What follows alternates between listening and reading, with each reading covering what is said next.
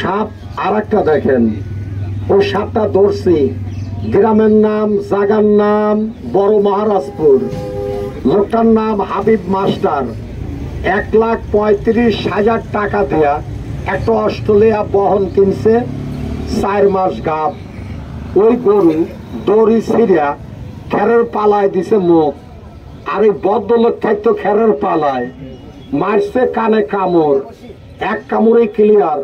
পরদিন আমাকে নিয়া 4 খেরের পালা ভাঙায়া সাপ ধরায়া 800 টাকা বকশিস দিছে। সাপের নাম খয় গুক্কু, বার করতাছি দেখেন।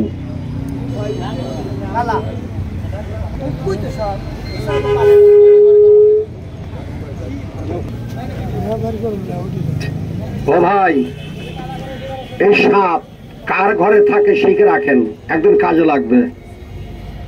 74 বছর বয়স, 46 বছর এই পোকা ধরে বেড়ালাম। আমার উস্তাদ নেপালি মারা গেছে। আমি যেদিন মারা যাব এই দেশে এই সাপ ধরা লোক আর সৃষ্টি হবে না।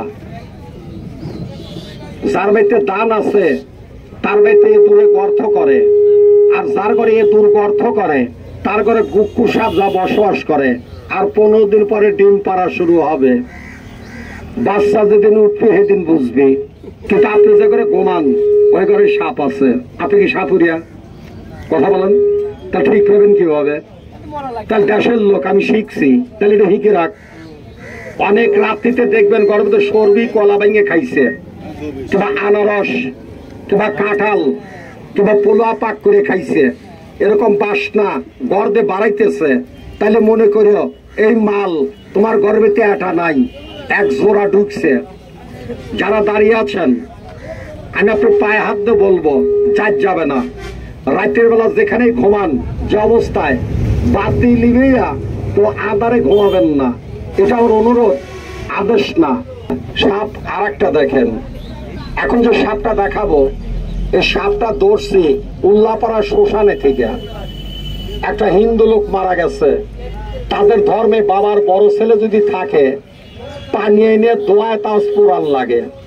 বাপের বড় সাল গেছে মাইকে কলস্টে পানি আনার জন্য, আর এই হারামজাদা এই লোকটা ডাবরা গলা পানিত নামাইছে। পরদিন আমাকে বাতেল চাষার আড়ত থেকে চতুর বাজার থেকে নিয়ে সাপটা ধরায়া 2500 টাকা বকশিস দিছে। সাপের নাম পদ্ম গুক্কু, হিন্দুরা পূজা করে। তার করতাছি দেখেন। একটা জানোয়ার মারেন না, 7-8টা দাড়ির সীমানায় কোনো দিনও থাকবে না। জানোয়ারটা চিনলেন? সাপে আর বেজি কি মারামারি করে? হ্যাঁ, সাপ মরে না, বেজি মরে। আচ্ছা, 2-একটা কামড় খায় না সাপ, বেজি? আচ্ছা, মানুষ যদি কামড় খায় ভাই, এই গ্রাম ওজা না পেলে আর এক গ্রামে যায়, তাই যায় না?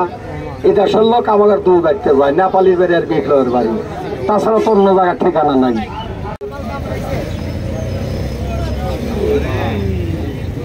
সাপ আর একটা দেখেন। এখন যে সাপটা দেখাবো, এই সাপটা যদি কোনো ফসলওয়ালা জমিনে থাকে, সে জমিনে ফসল কম হয়। সাপটা যদি কোনো ফলের গাছের নিচে থাকে, ফলটা খাইতে জহরের মতন তিতে লাগে। সাপের নাম আরিয়েল বাঁকা গুক্কু, বার করতাছি দেখেন। আমি হকার ক্যানভাসার না তো বানায় কিছু কমু। সাপ দেখেন। এই সাপে কামড় দিলে, মানুষ মারা গেলে ওর চেহারা কেমন দেখা যায়? যে মেয়েটার মুখের চাদর আমি সরাই দিয়েছি, মেয়ের চেহারা আর আলকাতরার চেহারা সমান, কালা কুটকুটে আগাছ, এই নাক দিয়ে কালো কালো রক্ত, ওর মধ্যে নীল পুকুরি। যে মেয়েটার মাথার চুলগুলো ধরে আস্তে একটা টান আমি দিয়েছি, হাতের সাথে চুলগুলো আমার উঠে আসলো। মেয়ের বাথরুম দেখেন ভাই, মুসলমানের লাশ মৃত্যু দেহটাকে কষ্ট না দিয়ে একটু সৎ কাজ করেন। কথাটা বলাও শেষ, বাড়ির ভিতরে কান্দা কেটে লেগে গেল। সেটাই চলে আসতেছি। মেয়েটার বাপ আমাকে হাত ধরে বলছে, বিপ্লব ভাই, আপনার আশায় আমার মেয়েকে আমি 2 দিন রেখেছিলাম। মেয়ে তো সাপড়াতে গেল, আমার 3টে নাতি, 2টো নাতিন। ওই যে বাচ্চাটা কাঁদে, ওর 4 মাস কতদিন বয়স, এটাও মা হারা হইল। কিন্তু আপনার কাছে আমরা একটা দৃশ্য দেখবো, গ্রামের লোক কি ধরনের সাপ কামড় দিল, আমার মেয়েটা এত তাড়াতাড়ি মারা গেল, সাপটা বাড়িতে আছে কিনা। আমি সম্পূর্ণ ঘটনা শুনে পাকের ঘরের পিছনে গিয়ে দেখি আর 10টি ইঁদুরের গর্ত ওই ডুয়ার সাথে।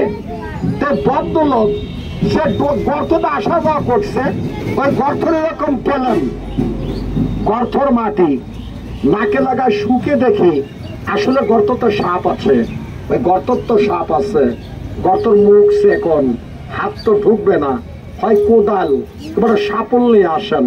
সাপুল একটি নিয়ে আসলো, গর্ত রেখে বাইনতে গিয়ে বসির মাচার নিচে ইঁদুরের গর্ততে গোলা বসে আছে।